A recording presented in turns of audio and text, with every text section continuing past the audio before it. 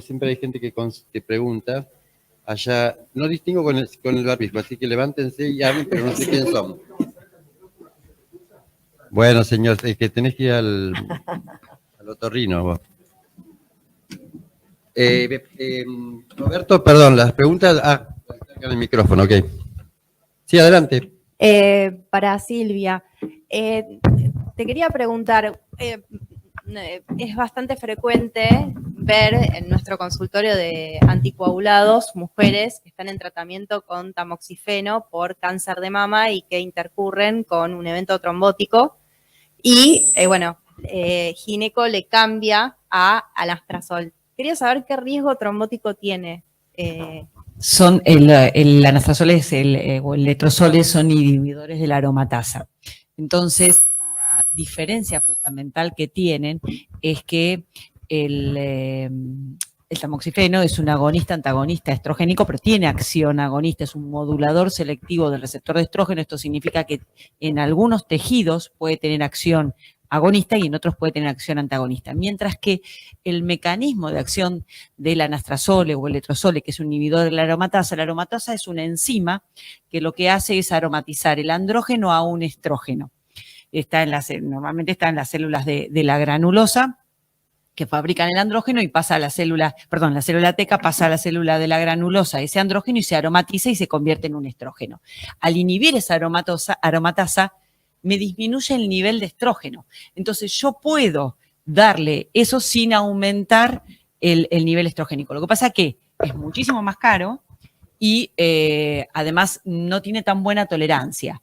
Pero nosotros, por ejemplo, en pacientes con cáncer de mama, que hacemos una estimulación ovárica para hacer una criopreservación de ovocitos, utilizamos como estimulación el letrozol.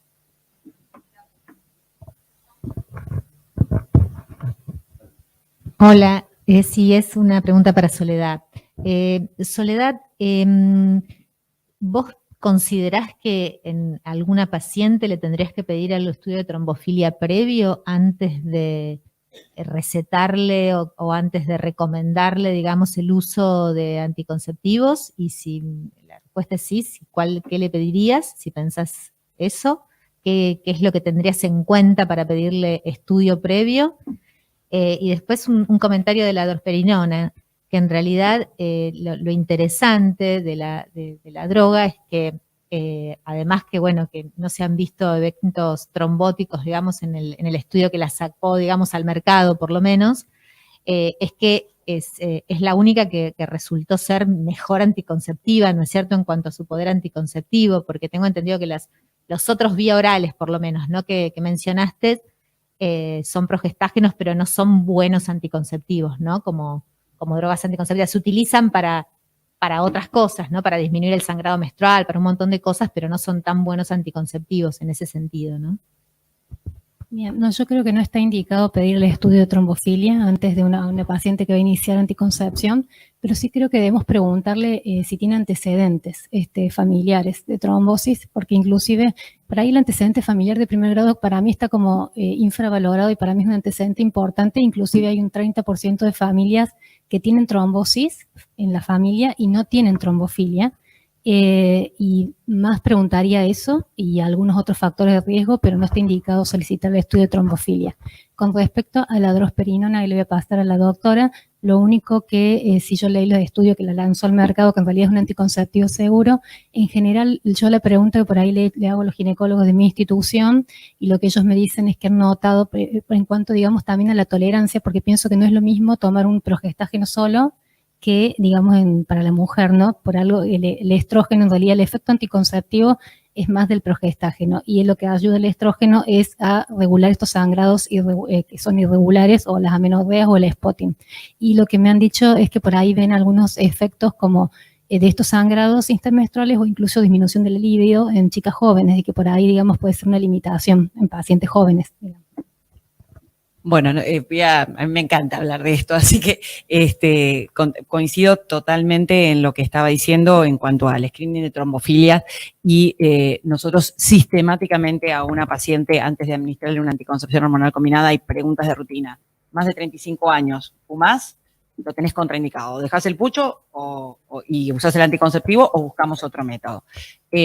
Migraña con aura o las migrañas que se exacerban con el uso de anticonceptivos tienen indicación de pasar a otro tipo de método anticonceptivo. Si hay antecedentes familiares de trombosis, fundamentalmente la trombosis no del abuelito, sino de la mujer de 50 años o de la tía o de la mamá que tuvieron una trombosis no ligada a un evento de estas trombosis idiopáticas, podríamos decirlo, no porque se hizo una cirugía de rodilla y se quedó quieta. Entonces esas cosas son fundamentales, porque a veces también hacer un estudio de trombofilia en una mujer que por ahí tuvo algún antecedente familiar y da negativos, como que ya nos da vía libre a utilizarlo y a lo mejor tiene una trombofilia no conocida o no evaluada. Respecto a la eficacia anticonceptiva de la drospirenona salió ahora, 2020, y nosotros teníamos el levonorgestrel, yo digo un POP de primera generación, POP viene de Progestin Only Pills, y entonces ese sí realmente, dosis muy chiquita, para la lactancia sirve, porque la menorrea de la lactancia también te sirve, pero realmente no sirve mucho como no lo indicaría como por su efectividad, pero el desogestrel es excelente y no es peor anticonceptivo que la drospisola. Lo que pasa es que se asocian, y esto también le pasa a la drospirenona, que ya lo empezamos a utilizar bastante y uno lo ve, lo que tiene es la imposibilidad de predecir el sangrado. Y parece un tema menor, bueno, sangrás un poco más, un poco menos, pero cuando una mujer tiene que tomar algo todos los días de su vida y eso le trae una complicación, no es menor bajarse la bombacha y verse todos los días o de manera impredecible, me voy a la playa y justo estoy sangrando. Entonces, eso afecta a la compliance. Y estamos pensando que son mujeres sanas, que no tienen ningún problema. O sea, tenemos que elegir, las tenemos que convencer que usen algo que no le traiga efecto adverso, porque algo que le trae un efecto adverso lo va a suspender de un día para otro. Y además, como yo no me voy a enterar, lo va a suspender, no vas probablemente a tener inmediatamente otro método anticonceptivo y la expone a este riesgo no menor de un embarazo no intencionado. Por eso para nosotros es casi una batalla poder ofrecer un método anticonceptivo que sea seguro, obviamente, pero que además tenga una buena compliance, que la mujer esté satisfecha utilizándolo. Y el tema de los sangrados inesperados, los sangrados impredecibles, hacen que la mujer generalmente lo abandone. Hay una diferencia con la drospi respecto al desogestrel, que tiene una vida media más larga. De hecho, la forma que se administra en la drospisola es una forma no micronizada y es a propósito, porque la que viene con el combinado, con el etinilestradiol, es micronizada. Y eso hace que la biodisponibilidad, al ser micronizada, se absorba muy rápido, pero también baja muy rápido. Entonces, se agota más rápido. Y como bien decía Soledad, el efecto anticonceptivo lo da el gestágeno. El agregado del estrógeno, cuando apareció ya en los años 60, fue casual. Se dieron cuenta de casualidad que en el mestranol que la noretisterona, el noretilodel que estaban utilizando, que es un gestágeno, después se dieron cuenta que estaba contaminado con estrógeno. Y se lo sacaron a ese estrógeno, ¿y qué pasó? Las mujeres empezaron a gotear, entonces dijeron, no, hay que ponerle también estrógeno, pero la acción anticonceptiva está dada fundamentalmente por el gestágeno. Entonces, el tema de la biodisponibilidad, y además, y a esto venía el comentario, el estrógeno actúa sinérgicamente a nivel hipotálamo hipofisario, inhibiendo la ovulación. Entonces, no solamente le da más estabilidad al endometrio, sino que me mejora la eficacia anticonceptiva. Si yo le saco el estrógeno, pierdo estabilidad endometrial, más incidencia de sangrado y mayor posibilidad de fracaso, que haya algún escape ovulatorio. Los estudios que evaluaron con la drospirenona sola, comparado con todos los estudios que hay de otras formulaciones, son con un número de mujeres año uso bastante menor, pero igualmente nos quedamos tranquilos. Y además hay un estudio muy interesante de la drospisola en donde compararon olvidos programados. Y frente a esos olvidos le decían a las mujeres, bueno, este grupo toma todo el blister como corresponde y los controlaban bien, y ustedes se van a olvidar el día 3, el día 7 y el día 20 y pico, no me acuerdo, y realmente no se observaron escapes ovulatorios y la tasa de embarazo comparado con desogestrel fue similar. Así que realmente desde la eficacia anticonceptiva no es mejor la drospi que el desogestrel. Lo que sí es muy importante cuando indiquen o cuando hay una mujer que ustedes pueden contribuir con esto con nosotros, cuando le indican un gestágeno solo, es que sean muy rigurosos en el horario de la toma, porque al no tener el estrógeno y la biodisponibilidad de esas drogas, tener justo 24 horas, un poquito más en el caso de la Drospi, hace que si se pasan pueda producirse ese escape ovulatorio, porque el mecanismo de acción en estos gestágenos solos también es la inhibición de la ovulación, además del cambio del moco que actúa impidiendo el ascenso de los espermatozoides.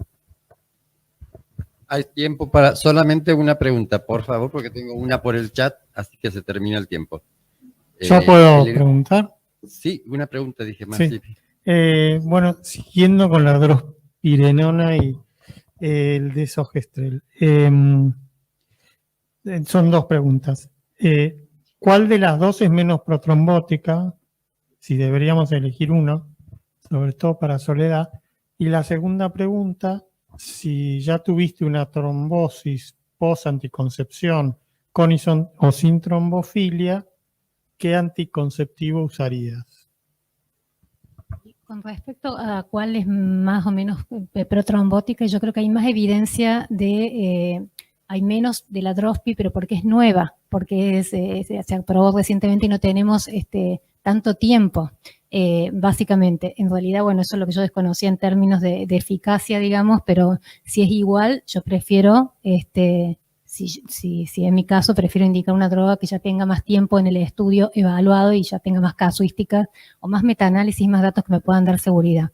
Y después la otra que me fui después de un tromboembolismo venoso, y en general los pacientes, lo ideal, generalmente la mayoría de los pacientes les recomendamos que usen un método con progestágeno solo, que casi nunca es el vía oral, justamente por los problemas que trae el vía oral en cuanto a compliance, sino que generalmente es usar el DIU o el implante. También depende del medio, porque por ahí, digamos, yo trabajo en una institución privada y por ahí es más fácil acceder a un Mirena o algo, y depende en las partes públicas a veces es más fácil colocar un implante, y creo que, bueno, depende un poco de eso, pero yo creo que en términos de seguridad cualquiera de los dos podría estar bien.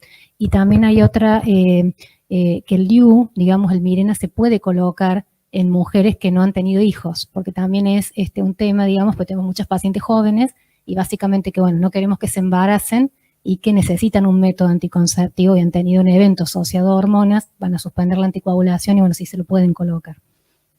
Gracias. La última pregunta para esta primera parte es de la doctora Liz Cancela para vos, Soledad. Para saber cuándo suspendes el anticonceptivo en los eventos de trombosis aguda, el diagnóstico, supongo, de la trombosis, y luego pregunta, o luego del primer mes de tratamiento. Y en realidad,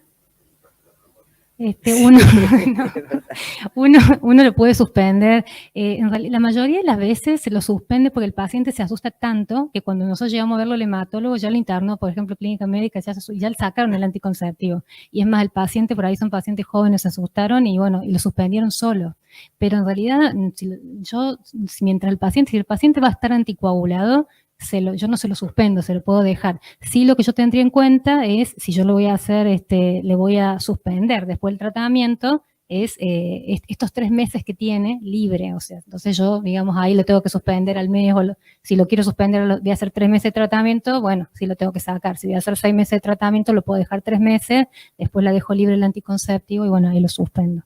Pero en realidad no es una indicación inmediata, pero lo que pasa en la vida real es que el paciente inmediatamente tiene la trombosis y corta el anticonceptivo, por lo menos en Córdoba. A todo el país. ¿No hay más preguntas? No, porque lo hacemos durante el café, porque hay otra sesión y después hay asamblea, creo. Lamentablemente en eso yo soy muy esquemático.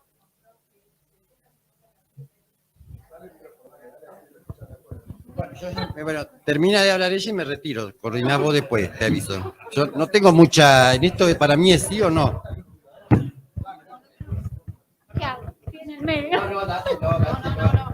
No. Perdón. ¿Me desautoriza? Claro. Perdón.